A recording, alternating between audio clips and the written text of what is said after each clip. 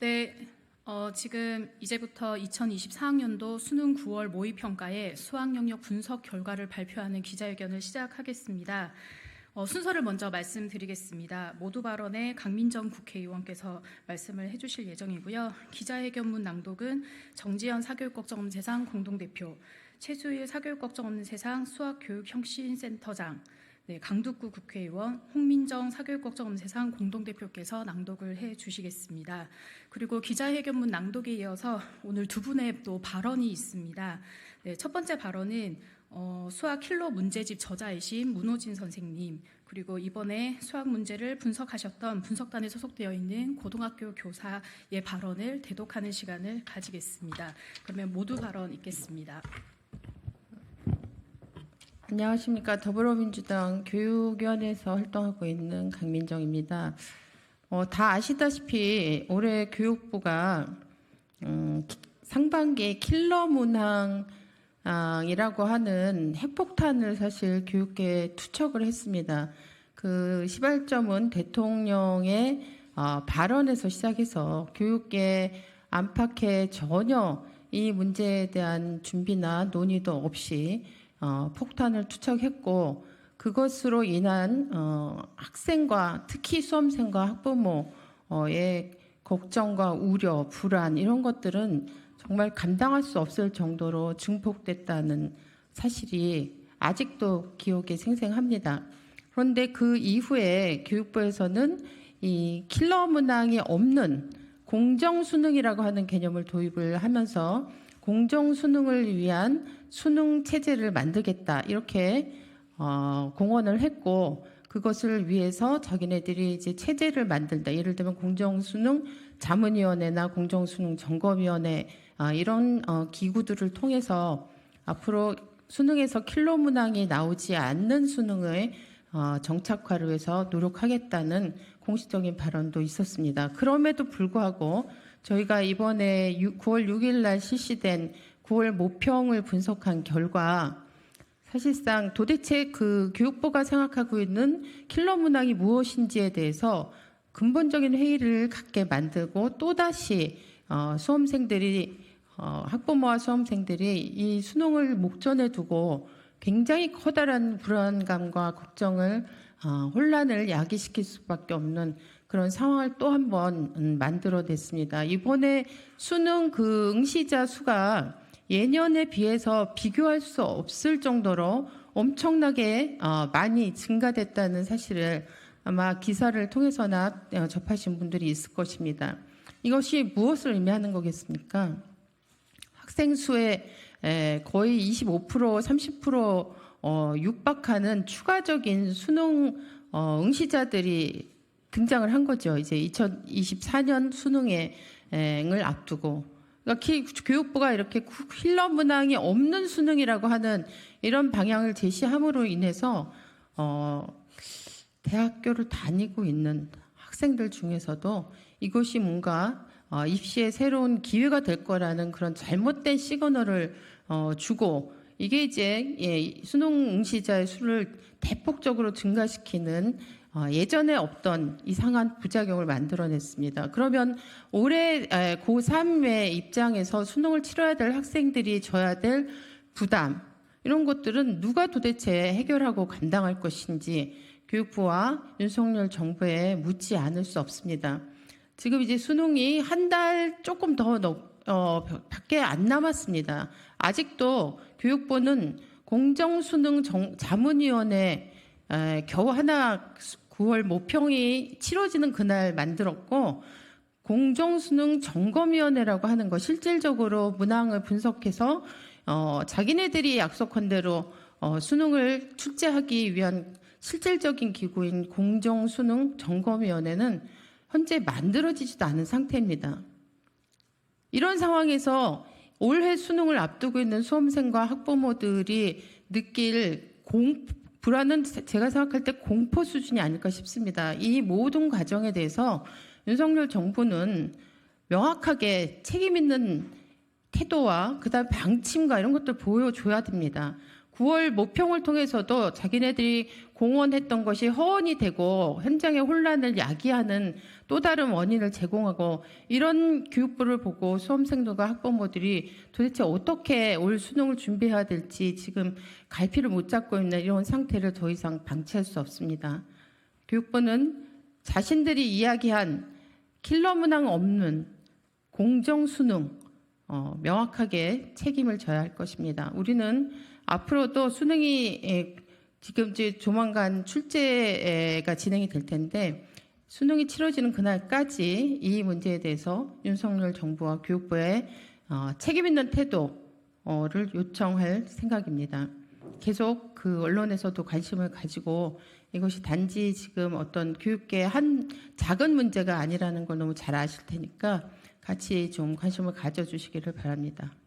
감사합니다. 네, 그러면 지금부터 기자회견문을 낭독하겠습니다. 더불어민주당 강민정 국회의원과 강두구 국회의원, 사교육 걱정 없는 세상은 9월 25일 오전 10시에 2024학년도 수능 9월 모의평가의 수학영역 문항의 고교 교육과정 준수 여부 분석 결과를 발표하는 기자회견을 개최합니다.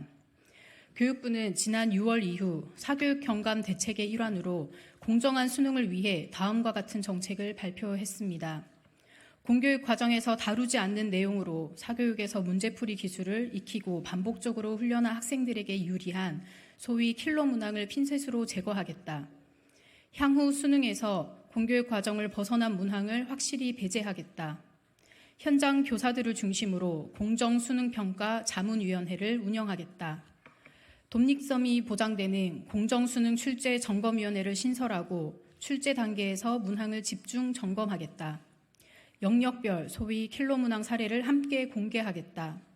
그리고 수능 9월 모의평가와 수능 시험에서 EBS 연계율 50%와 간접 연계 방식을 유지하고, 또 EBS 연계 문항의 경우에도 킬러 문항 요소가 있다면 출제에서 배제할 것이라고 발표를 했습니다. 이번 수능 9월 모의평가는 이례적으로 시험 직후에 각 영역별의 출제 경향을 발표하는 EBS 언론 브리핑이 진행된 바 있습니다. 이 브리핑을 통해서 각 영역별 변별도 높은 문항, 특히 수학 영역에서는 공통 14번, 공통 22번, 확률과 통계 30번, 미적분 30번, 기하 30번 5개 문항의 출제 경향이 공개되었습니다. 더불어 EBS에서는 지나친 계산을 요구하는 문항, 불필요한 개념으로 실수를 유발하는 문항, 사교육에서 배우는 문제풀이 기술을 익히고 반복적으로 훈련한 학생들에게 유리한 문항, 공교육 과정에서 다루지 않는 내용의 문항, 풀이 시간이 과도하게 오래 걸리는 문항은 모두 배제가 되었다고 발표를 했습니다. 사교육 걱정 없는 세상은 이번 수능 9월 모의평가에서 공교육 과정에서 다루지 않는 내용을 포함하는 킬러 문항이 단 한 문제도 출제되지 않았는지 확인하기 위해서 2024학년도 수능 9월 모의평가 수학 영역 문항의 분석을 진행하였습니다. 이번 분석에는 15명의 현직 교사와 2명의 교육과정 전문가, 대치동 수능 모의평가 문제집 저자 1명, 서울 입시학원 수학 강사 1명, 그리고 수학 전공자 1명이 참여하였으며 9월 8일부터 14일까지 7일에 걸쳐 분석을 진행하였습니다. 분석 기간 종료 후에는 분석 의견을 종합하여 3차례 이상의 내부 검토 회의를 거쳐 과반의 의견을 기준으로 해당 문항의 고교 교육과정 준수 여부를 판정하였습니다. 문항 분석 판정 기준은 교육과정 성취 기준과 평가 기준을 중심으로 하였으며, 추가적으로 교육부에서 발행한 이전 교육과정 문서, 교육과정 교수학습 자료와 한국교육과정평가원에서 발행한 선행교육 예방을 위한 각 교과별 안내자료 문서를 참고하여 분석을 진행했습니다. 문항 분석 결과 수능 9월 모의평가 수학 영역에서 출제된 46개의 문항 중에서 7개의 문항이 고교 교육과정의 수준과 범위를 벗어나 출제된 것으로 판정되었습니다. 구체적으로 수학 영역 공통과학 과목 출제 문항 중 5개, 선택 과목 출제 문항 중 2개, 총 7개 문항이 고교 교육과정의 범위와 수준을 벗어나 출제된 것으로 판명되었습니다. 각 문항별 구체적인 사항은 교육과정에서 다루지 않는 수학 기호를 사용한 문항, 교육과정 성취 기준의 범위와 수준을 벗어난 문항, 특정 선택 과목 선택자에게 유리한 문항, 대학 과정의 내용이 포함되어 있는 문항, 교육 과정에 제시된 평가 방법 및 유의 사항을 미준수하고 지나치게 복잡한 계산을 포함하는 문항이 출제되었습니다. 각 문항에 대한 교육과정 미준수 판정 근거는 부침 파일을 참고하기 바랍니다. 소위 킬러 문항은 없지만 준 킬러 문항들이 출제되었다고 합니다. 실제 지난 관행과 같이 정답률이 3% 미만인 문제가 출제되지는 않았을 것이라고 예측합니다. 고무적인 일이죠. 그러나 사교육을 경감시키고 개념 중심의 공교육이 힘을 얻으려면 철저히 교육과정의 수준과 범위 그리고 원리에 입각한 문항 출제가 이루어져야 합니다. 그럼에도 이번 9월 모평은 교육과정을 유의무이한 출제 기준으로 삼았다기보다는 함정에 빠지기 쉬운 문항, 과도한 계산을 요구하는 문항 등 현상적인 문제에 천착하여 특정 유형을 배제한 것으로 보입니다. 사교육을 경감하고 학생들이 해당 학년에 배우는 개념을 원리 중심으로 풀어낼 수 있도록 학습하려면 문항 출제의 기초 단계에서부터 철저하게 교육과정을 기준으로 삼아야 합니다. 특정 유형을 배제하는 것만으로는 사교육의 문제 해킹과 숙련된 문제 풀이 훈련이 수능 성적을 좌우하는 작금의 문제를 해결하기 어렵습니다. 교육과정을 미준수하였는지 판단하려면 수학 문항의 이면, 풀이 과정을 살펴보아야 합니다.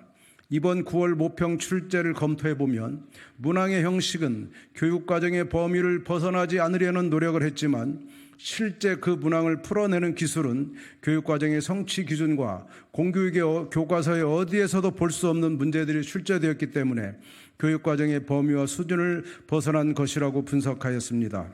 예를 들어 지금 보인 공통문항 10번 문항은 3차 함수식을 찾아 주어진 함수의 값을 구하는 문제로 본 문제는 3차 함수에 대한 접선의 공식을 이용하던가 미지수가 3개인 연립 1차 방정식을 이용하여 해결할 수 있습니다. 하지만 3차 함수에 대한 접선 공식은 공교육 과정에서 다루는 내용이 아니며 사교육에서만 배울 수 있는 공식에 해당합니다. 이런 공식을 알면 문제를 보다 더 쉽고 빠르게 풀 수 있어서 공식을 아는 학생에게 유리한 문항입니다. 또한 본 문제를 미지수가 3개인 연립 1차 방정식을 이용하여 해결할 수도 있지만 미지수가 3개인 연립 1차 방정식은 현 교육과정에서 삭제된 내용입니다. 교육부가 지난 6월 수능에서 고교 교육과정을 벗어난 킬러 문항 출제를 배제하겠다라는 원칙을 내세웠으나 이 원칙은 지켜지지 않았습니다.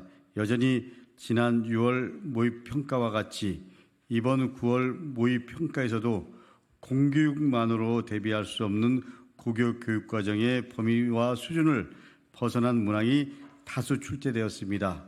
이 문제의 가장 큰 피해자는 대학 입시를 준비하는 수험생과 그리고 학부모입니다.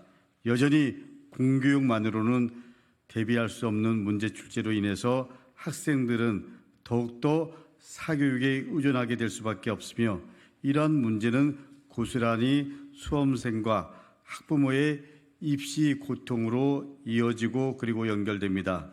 교육부는 앞서 발표한 수능에서 공교육으로 대비할 수 없는 문항인 킬러 문항 배제 원칙을 반드시 지켜야 합니다. 이를 위해서는 교육부는 9월 모의평가에서 고교 교육과정을 벗어난 문항이 출제된 사실을 인정하고 그리고 지난 6월 모의평가에서 같이 동일하게 수능 9월 모의평가에서 출제된 교육과정 미준수 문항과 그 출제 근거를 명확하게 공개해야 합니다. 그뿐만 아니라 11월에 시행될 수능 시험에서는 킬러 문항이 단 한 문제도 출제되지 않도록 개선 방안 및 대안을 즉시 마련해서 시행해야 할 것입니다. 또한 수능 정상화를 위해서 교육부에서 내세웠던 공정수능평가 자문위원회 그리고 공정수능 출제점검위원회의 기능을 재확인하고 킬러 문항 검토 과정을 점검해서 수능 정상화를 위해서 신설된 두 위원회가 유명무실해지지 않도록 해야 할 것입니다. 평가원 또한 사교육을 받지 않거나 수능 기출 문제를 반복, 숙달하지 않아도 수험생이 수능 시험 문제를 푸는데 아무런 지장이 없도록 수능 시험 출제 과정을 전면 재검토해야 합니다. 수험생이 수능 시험을 대비하는 데 있어서 더 이상 사교육에 의존하지 않고 공교육만으로 충분히 대비하는 데 어려움이 없도록 특정 과목의 선택자가 유리한 문항, 기출 문제의 반복 숙달, 공식만 알아도 해결 가능한 문제 등의 출제 패습을 과감히 버려야 합니다. 사교육에 의존하지 않고도 공교육만으로 충분히 대비 가능한 수능시험이 되는 방향으로 나아가야 합니다. 이를 위해서는 수능시험에 출제되는 모든 문제가 고교 교육과정에 포함된 내용을 구성되며 수능 출제 유형 구성과 출제 방식을 재검토하여 출제의 방향성을 전면 개혁해야 합니다. 현재 수능은 선행교육규제법 적용 대상이 아닙니다. 수능 시험에서 계속적으로 고교 교육과정의 수준과 범위를 벗어난 킬러 문항이 출제되는 것을 방지하기 위해서는 수능 시험을 선행교육규제법의 적용 대상에 포함시키는 선행교육규제법 개정안이 조속히 통과되어야 합니다. 국회는 수능, 킬러 문항으로 인해 생기는 수험생과 학부모의 피해를 막을 수 있는 법적, 제도적 안전장치를 마련하는데 초당적인 협력을 해줄 것을 촉구합니다. 이를 위해서라면 사교육 걱정 대상도 지원과 협력을 아끼지 않을 것입니다. 2023년 9월 25일 강민정 국회의원, 강덕구 국회의원 사교육 걱정 대상. 다음으로는 저희 수능 모의고사 문제지 저자이신 문호진 선생님을 모시고 발언을 듣도록 하겠습니다. 네, 안녕하십니까. 저는 수능 킬러 문제 모의고사에 좀 시초라고 할 수 있는 책을 좀 썼었던 입장이었었고요.